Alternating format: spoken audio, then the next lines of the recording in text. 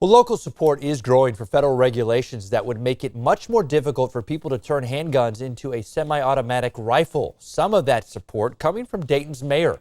The new regulations do not outlaw using stabilizing braces to convert pistols into rifles. However, they do require a gun owner to pay an extra $200 tax, register the weapon, and go through a background check.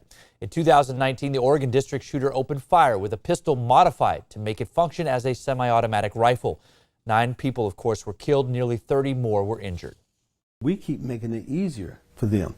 With the laws that we have and the lack of restrictions, the lack of control, clearly not enough. You know, the background checks on a wide scale basis is something that has to be done. Well, Dayton leaders are also moving forward with plans for a permanent memorial to honor the 9 people killed in that Oregon district shooting.